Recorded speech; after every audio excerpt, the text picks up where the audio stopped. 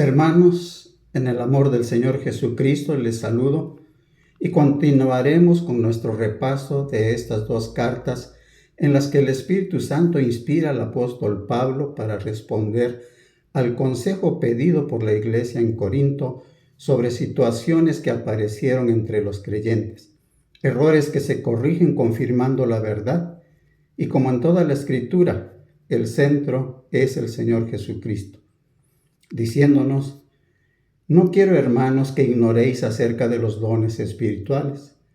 Ahora bien, hay diversidad de dones, pero el Espíritu es el mismo.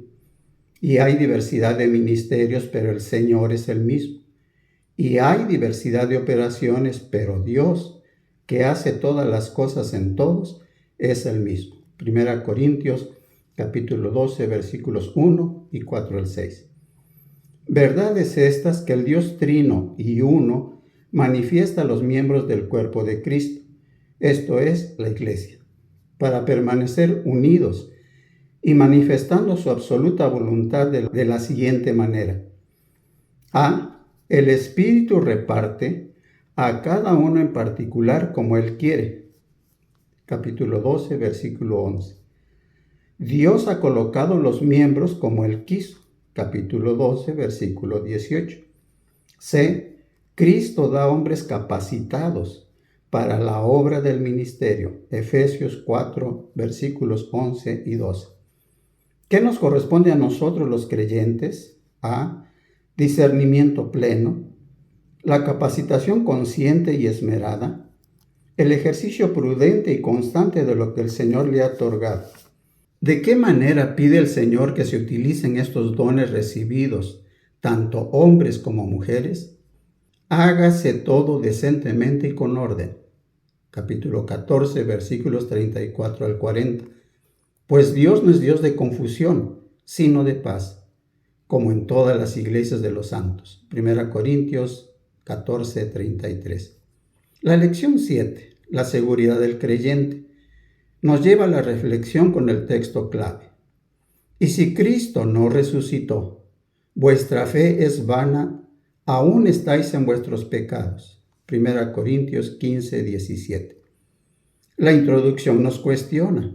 ¿Sabe usted que la resurrección del Señor Jesús es una verdad sublime de las Sagradas Escrituras y que sin ella no habría personas salvas de la condenación?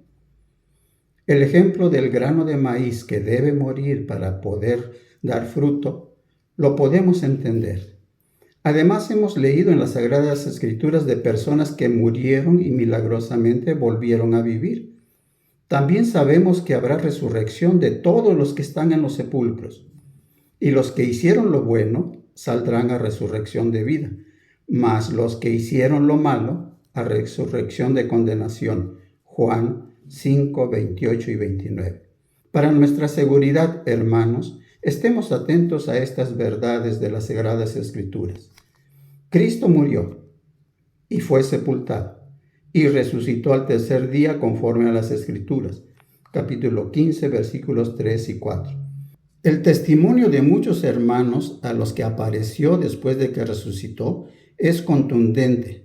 Capítulo 15, versículos 5 al 9. Fue necesario que el Señor Jesús llevara la condición de hombre para morir y así resucitar. Capítulo 15, versículos 21 y 22. Dios nos ha dado la victoria sobre el pecado y la muerte por medio de nuestro Señor Jesucristo. Capítulo 15, versículo 57.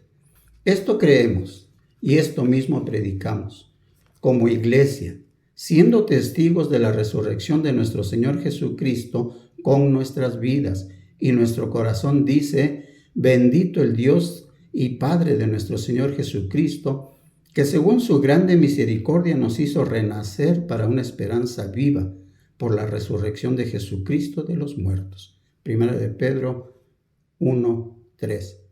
La lección 8. El ministerio de consolación. Bendito sea el Dios y Padre de nuestro Señor Jesucristo, Padre de misericordias y Dios de toda consolación, el cual nos consuela en todas nuestras tribulaciones, para que podamos también nosotros consolar a los que están en cualquier tribulación. 2 Corintios capítulo 1, versículos 3 y 4. De nuestro texto clave podemos llenar nuestro corazón con dos maravillosas verdades. Primera, nuestro Padre Celestial es Padre de misericordias y Dios de toda consolación. Segunda, ciertamente tendremos muchas y diferentes tribulaciones, pero de todas ellas nuestro Dios Todopoderoso nos dará el consuelo. Segunda Corintios 1, 4. Y para que podamos cumplir con el propósito de Dios de poder consolar a los que están en cualquier tribulación, debemos guardar la enseñanza del Espíritu de la palabra que nos dice: nuestro Padre Dios y nuestro Señor Jesucristo pueden consolar acertadamente porque son misericordiosos. Capítulo 1, versículo 34. Los siervos de Dios deben sujetarse a los planes de Dios, aunque estos nos parezcan contrarios y difíciles, porque sólo así gozaremos de la gracia de su bondad. Capítulo 10, versículos 6 al 11. Las promesas de Dios nunca tendrán un espero que o a ver si. Siempre son en Él sí y en Él amén. Notemos que son en Él. Capítulo 1, versículo 20.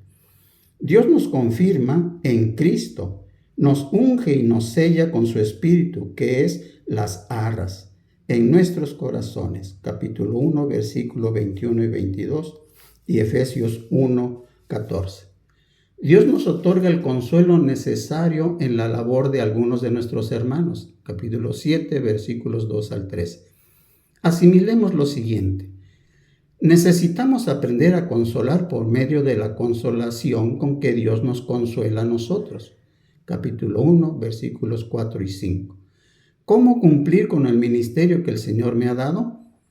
Teniendo en mi corazón al atribulado, franqueza al hablar y hacerlo con gozo, presentarme ante mi Señor con humildad. 3. A veces Dios somete a sus hijos a tristeza, con el fin de producir en nosotros arrepentimiento. 4.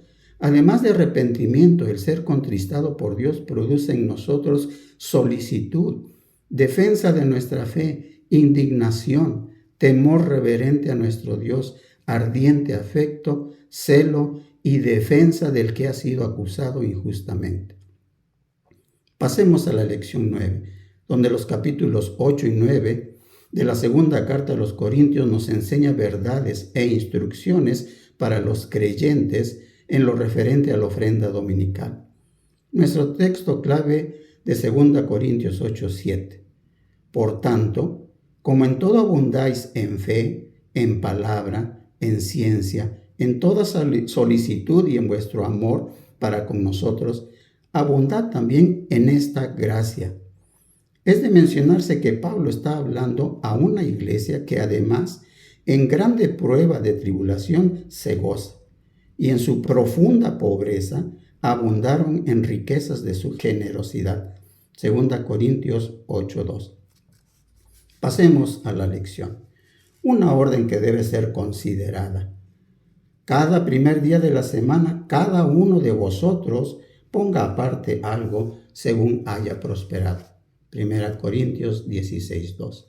Tener ese algo para ofrendar es una gracia de Dios. 2 Corintios 8:1. La ofrenda debe provenir de vidas rendidas al Señor. Dios pide generosidad de los que ofrendan. Esto genera buen ejemplo. El abundar en esta gracia pone a prueba la sinceridad de nuestro amor. Los que la administran deben glorificar al Señor a través de su labor. Procurar hacerlos honradamente delante del Señor y de los hombres. 2 Corintios 8, versículos 19 al 21.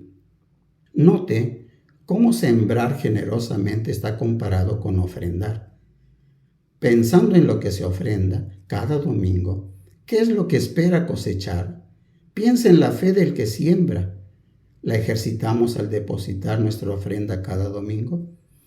Dios requiere adoradores sinceros y dadores alegres, no obligados y tristes. 2 Corintios 9:7 y Juan 4:24. Para asimilar, Como ciudadanos mexicanos pagamos una gran cantidad de impuestos que el gobierno utiliza para darnos los servicios públicos necesarios.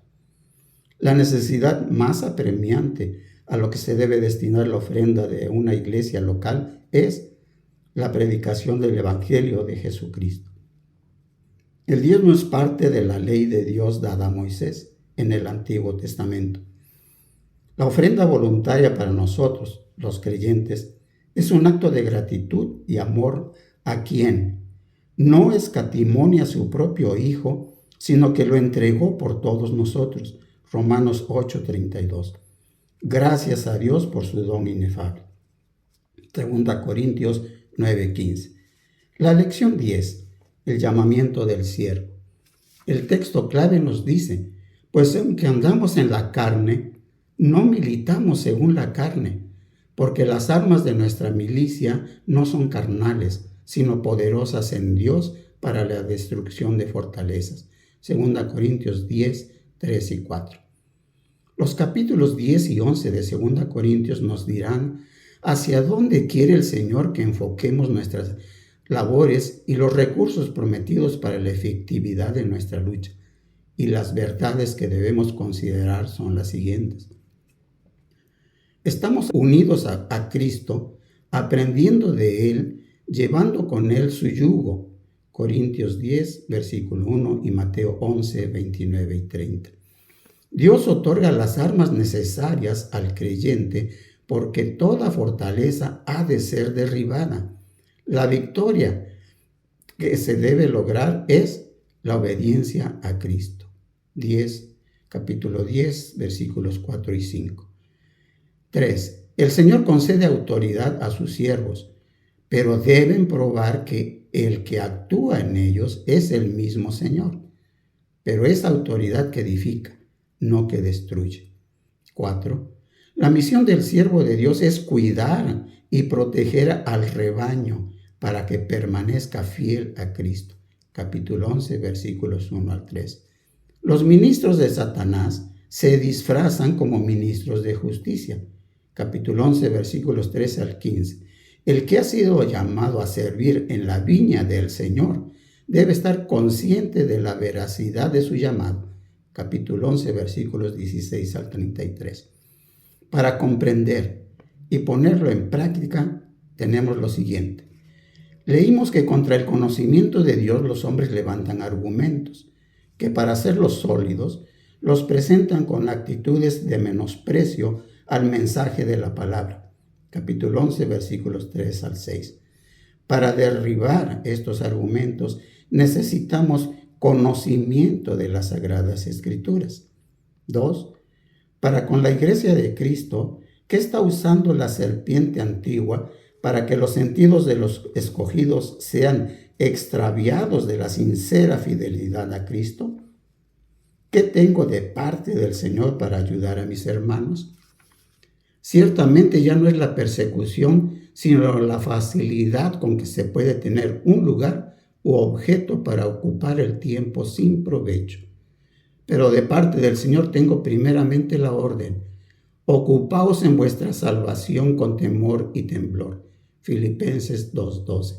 Y además nos dice: pero vosotros, amados, edificando sobre vuestra santísima fe, orando en el Espíritu Santo, conservaos en el amor de Dios, esperando la misericordia de nuestro Señor Jesucristo para vida eterna.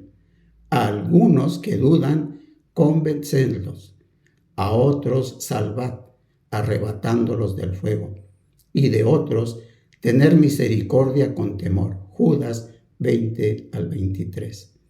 No es sano desear lo que otros hacen por su Señor, pero sí, como compañeros de milicia, debemos orar, encaminar y ofrendar para la realización de su ministerio. Pensamiento final. Ninguno que milita se enreda en los negocios de la vida, a fin de agradar a aquel que lo tomó por soldado. 2 Timoteo 2:4. Oremos.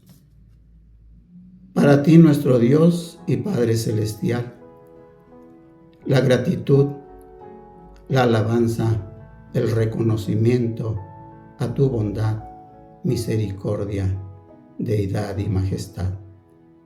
Porque eres Dios y nosotros tus siervos. Nos has dado estos estudios, esta palabra tuya, en la cual el punto principal es la obediencia, el sujetarnos a Cristo, nuestro Señor y Salvador, pero también sujetarnos a aquellos ancianos, Señor, que tú has puesto en tu iglesia para pastorear tu grey, tu iglesia.